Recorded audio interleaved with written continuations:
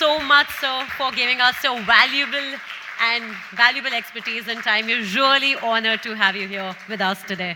Thank you so much. And now I would like to invite Atul Ganatra, President, Cotton Association of India, to come on stage and present Dr. Kranti with the Suvin Ratna.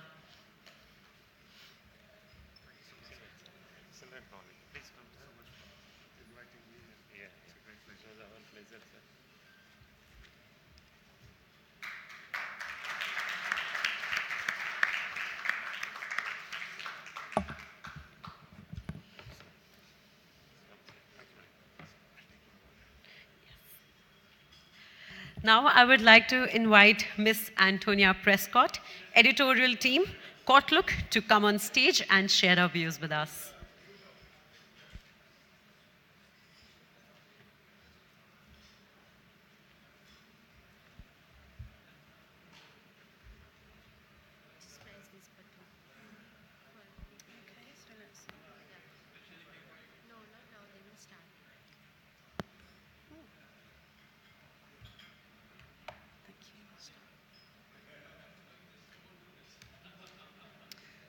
Good morning, or good afternoon by now. Happy International Women's Day. Thank you. I want to thank the Cotton Association of India, Mr. Ganatra in particular, for Cotton Outlook is delighted to be associated with such a well-organized and informative conference. Thank you also to Anchal and her excellent support team who are doing such a good job at keeping us in right order, in time, and in the right place. I've had a special request to keep things short and sweet, so we'll proceed without further ado. I'm going to look at the uncertain dynamics that affect price and supply and demand in the world at the moment. I'm going to look at that in three phases. First of all, we'll take 2018 in review. Then I'll look at some of the big questions affecting the big markets in the current season, and I'll make very few tentative suggestions about where we might be headed for 1920. So as it says, 2018, a year of two halves in terms of the price dynamic. You should be able to see quite clearly the two halves of the year, the first 6 months, a rising price trend, and the second 6 months, a falling price trend. Just by way of some historical comparison, while I talk about rises and falls in price, it's worth making the point that if you look at the A index over the last 30 years, in that 2018 period, we were still in a relatively strong price environment over the long-term average of about 73 cents per pound.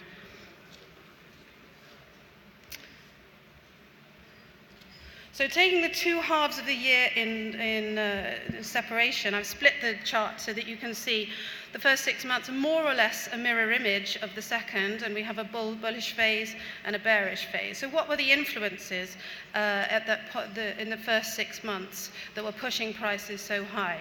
Well, I'm not claiming to be exhaustive in this list, but here are some of the major influences that we perceived. First of all, we saw strong rises on both the ICE and the ZCE futures platforms. We also saw a rise in the number of on-call contracts undertaken by mills. At the same time, high demand for cotton worldwide, in particular for US cotton, and a factor that will be familiar to many people in this audience, a rise in the minimum support price payable by the Indian government to farmers. And lastly, what I'm loosely referring to as the China factor, and I'll return to that in a moment. So if we look at the first of these, futures rising, fueled in part by speculative activity, something that was relatively new by historical comparison, was the increased participation of large investment funds in commodities during the period that we're looking at. In April 2018, we heard from the CEO of Goldman Sachs that the case for owning commodities by large investment funds had rarely been stronger. They perceived a 10% opportunity to make 10% gains over 12 months. And indeed, I'm sorry, I'm looking at the wrong, haven't changed my slide. So The first chart that you've got there is the movement of ice in the first 6 months of 2018, and a slightly longer term illustration of the participation of speculative investors in ice at the same period. So you'll see that by historical comparison, the participation of specs was high in that period. Of course, demand from any quarter will push prices, and that's one of the elements in that bullish phase. At the same time, we saw a significant rise in the number of on-call contracts undertaken by mills. This chart shows over an 8-year period the dynamic in that department. So you see the large spike in the 2010-11 season, where mills very anxious to secure future supply were buying forward. Then following that phase, after the collapse, a period of much greater nervousness, less participation in that in future oriented buying, much more hand to mouth, until about the middle of 2016, and then we started to see a rise again in that in future oriented buying. And why that makes a difference to price, of course, is if mills are buying on call, they're hedging their position they're hedging their position in the futures market, undertaking a short position, and while they may be hoping that the price will fall, the sheer number of people involved on that side of the market in that short position who are looking to buy futures at some future stage, that will have the effect of pushing up prices. At the same time, we saw higher than anticipated demand for US cotton, and indeed by the end of 2018, the US had recorded the second largest ever total for their exports. And in February of last year, so roughly corresponding with the start of that rally in prices, although I'm not going to say that was the crucial factor, but it certainly contributed to it, the Indian finance minister announced a 26% rise in the minimum support price payable to farmers for the following season. As has been discussed at length, Indian cotton often represents the best value in the market, but this significant rise in the minimum support price had the effect of introducing a floor to the price for Indian cotton, which was extended across into world prices too.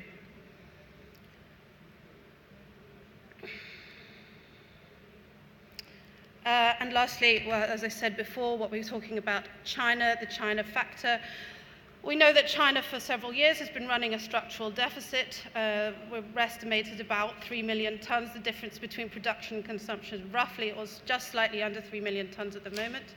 That deficit has been made up, of course, by imports, but at the same time by acquisition from the State Reserve, which has progressively come down over recent seasons till the end of 2018, when we entered the 2018 auction series, when we estimate that about 2.7 million tons remained in the reserve.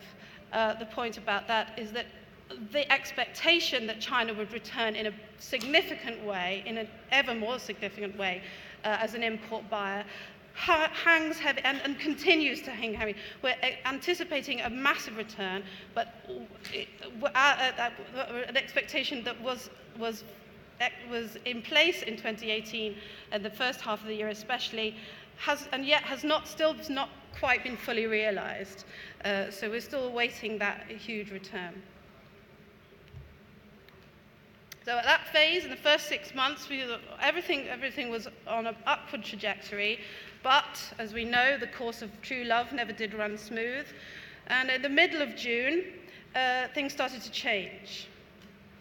And bearish influence began to take sway. So we saw the effects of the cooling Chinese economy. Difficulties in emerging markets began to make themselves felt. And of course, as has been well rehearsed, we saw the effects of the trade war. Here is a picture, just an illustration of what we're talking about when we say the slowdown in China.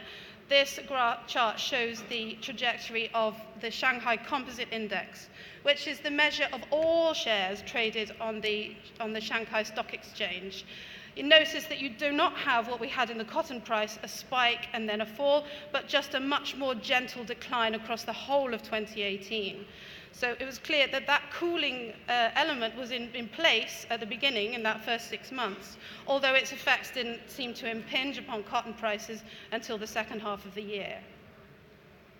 At the same time, we began to see trouble in emerging markets, particularly some notable consuming markets, most dramatically Turkey, but also affecting India too. The currency depreciation in those markets had, of course, an effect on their ability to buy internationally and had a certain cooling element on demand. And our friends, Mr. Xi and Mr.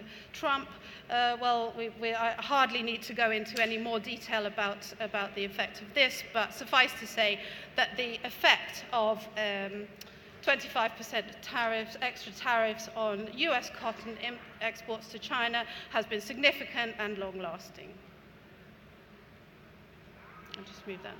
So that takes us to the end of 2018, halfway through the 18-19 season. What now? Well, to cover the rest of the season, I propose to take a very brief look at the big markets and talk about some of the questions that are affecting those. I'm afraid I will pose more questions than I will answer, but at least it will give you an impression of the sort of issues that are outstanding. China. Are we seeing a slowdown in consumption this season? Well, according to Kotluck's estimates, a slight slowdown in consumption this year, followed by, in 1920, a slight recovery. What's happening with imports? Well, as I say, the major return to China still hasn't, return of China as a major importer hasn't quite fulfilled expectations yet, although it's worth making the point that in January, imports of raw cotton were the largest since middle of 2014. And also what will happen to the State Reserve this year.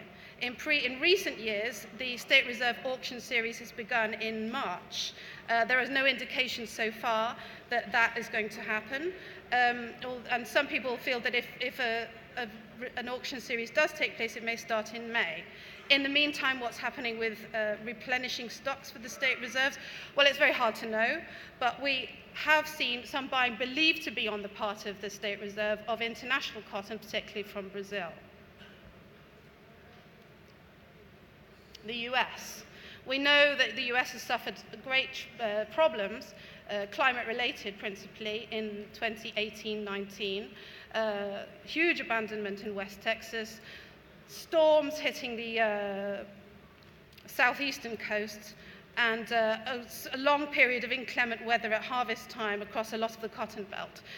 On the other hand, looking ahead, if we believe the the Planting Intentions Survey from the National Cotton Council, we're looking at a large crop for 1920, assuming a return to average yields.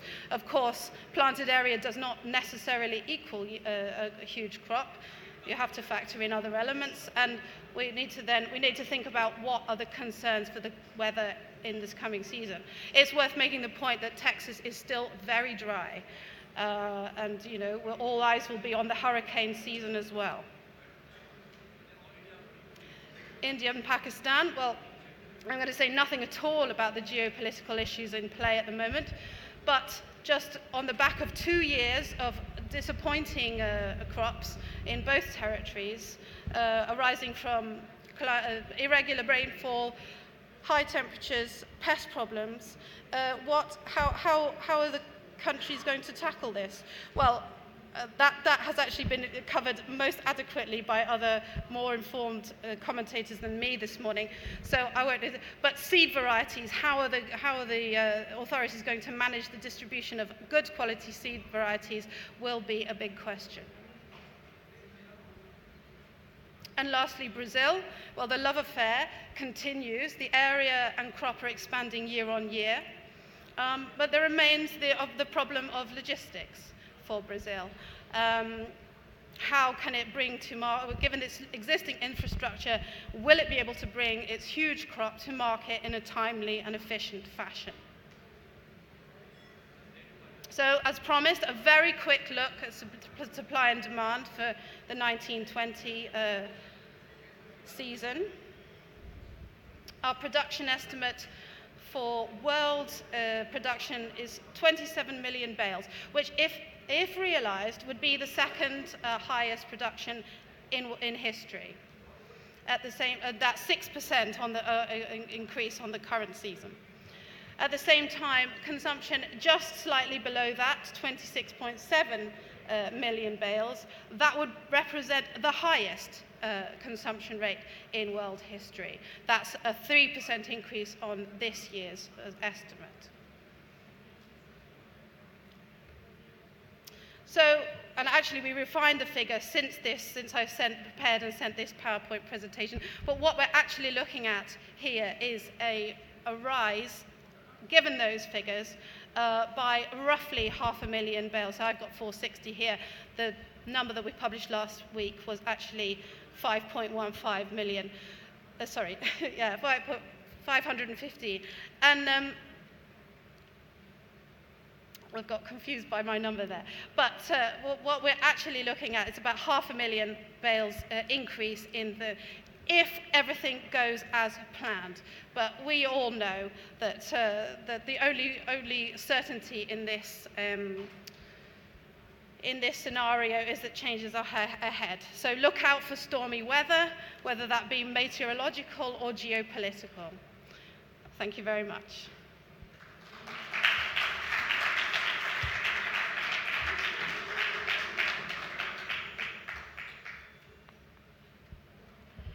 If you have any questions for ma'am, you can ask later in person.